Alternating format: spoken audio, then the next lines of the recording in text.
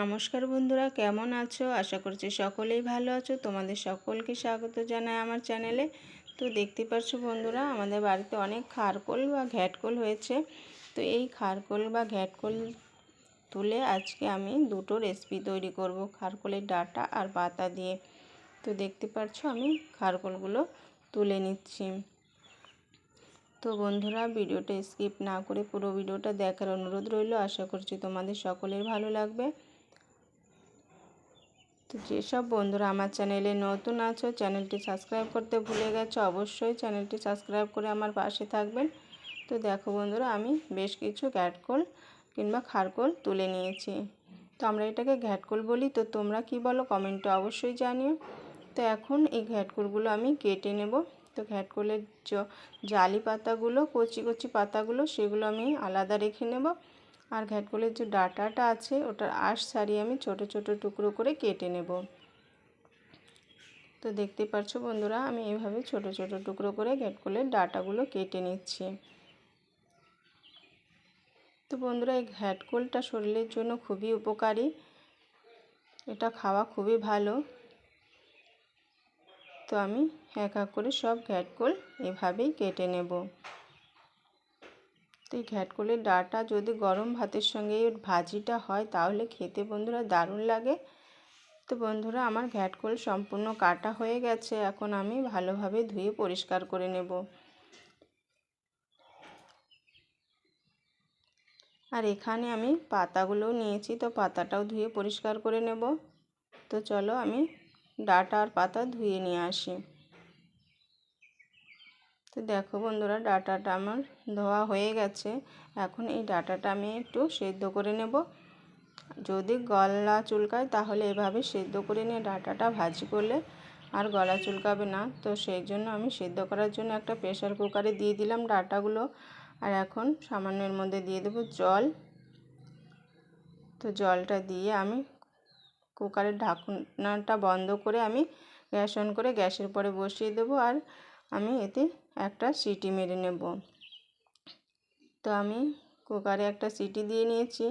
আর এখন ডাঁটাটা আমি একটা ছিদ্রযুক্ত পাত্রে নামিয়ে নেব, যাতে এর জলটা সম্পূর্ণ ঝরে যায়। তো দেখো বন্ধুরা, খুব সুন্দর ডাঁটাটা সেদ্ধ হয়েছে। এখন আমি এই ডাঁটাটা জল ঝরিয়ে নেব। আর এদিকে আমি গ্যাসে কড়াই বসিয়ে দিয়েছি, আর কড়াইতে দিয়ে দিলাম পরিমাণ মতো সরিষার তেল। আর আমি ফোড়নে দিয়ে দেব কিছু রাঁধুনি। রাঁধুনিটা ভালোভাবে ফুটে গেলে আমি দিয়ে দেব বেশ কিছু রসুনের কোয়া। তো রসুনটা একটু বেশি দিয়ে ভাজিটা করলে খেতে দারুণ হয় বন্ধুরা।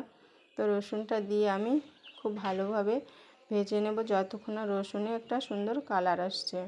তো রসুনের কালারটা চেঞ্জ হওয়ার সাথে সাথে আমি দিয়ে দিলাম কিছু চেরা কাঁচা লঙ্কা। তো চেরা কাঁচা লঙ্কাটা দিয়ে আমি ভালোভাবে একটু ভেজে নেব। তো কাঁচা লঙ্কা আর রসুনটা আমি ভালোভাবে ভেজে নিয়ে জল ঝরিয়ে রাখা ঘ্যাটকোলের ডাঁটাটা আমি দিয়ে দিলাম। আর ডাঁটাটা দিয়ে ভালোভাবে রসুন আর লঙ্কার সঙ্গে আমি মিশিয়ে নেব। তো এতে আমি কোনো রকম লবণ কিংবা হলুদ দেইনি। তো এখন আমি দিয়ে দেবো স্বাদ মতো লবণ আর হলুদ গুঁড়ো। তো লবণ আর হলুদটা দিয়ে আমি ভালোভাবে মিশিয়ে নেব ডাঁটার সঙ্গে। একদম কোনো রকম মশলা ছাড়া এত সুস্বাদু হয় খেতে এই ডাঁটাটা। গরম ভাতের সঙ্গে হলে আর কিছুই লাগে না। তো গ্যাসের ফ্লেমটা লোতে রেখে এই ডাঁটাটা ভাজি করতে হবে, না হলে পুড়ে যাবে। তো এভাবেই নাড়িয়ে চাড়িয়ে আমি বেশ কিছুক্ষণ ডাঁটাটা ভেজে নেব।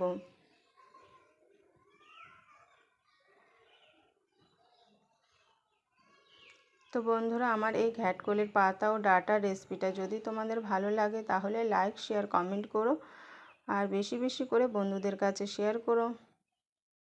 তো নাড়িয়ে চাড়িয়ে আমি ঘ্যাটকোলের ডাঁটাটা আমার ভাজা হয়ে গেছে। এখন এটা আমি একটা পাত্রে তুলে নেব।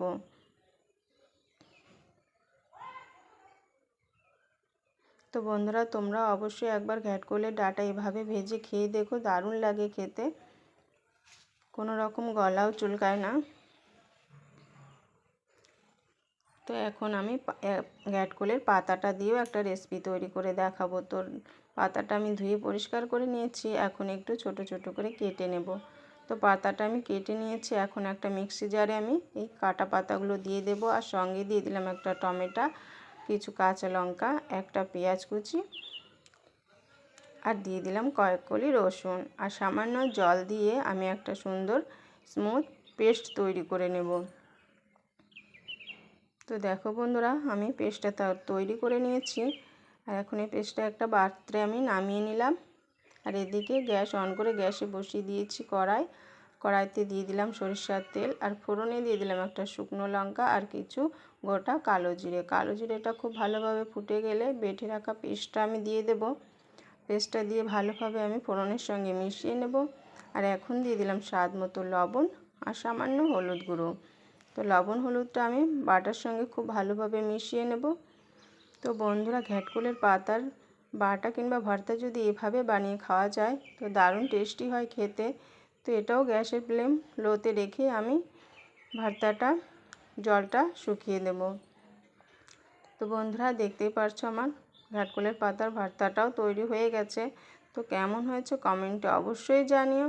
ভালো লাগলে লাইক শেয়ার কমেন্ট করো। আর তোমরা অবশ্যই বাড়িতে একবার বানিয়ে খেয়ে দেখো, দারুণ টেস্টি হয়। তো আজকের মতো এখানে শেষ করছি, দেখা হবে নতুন কোনো রেসিপির সঙ্গে।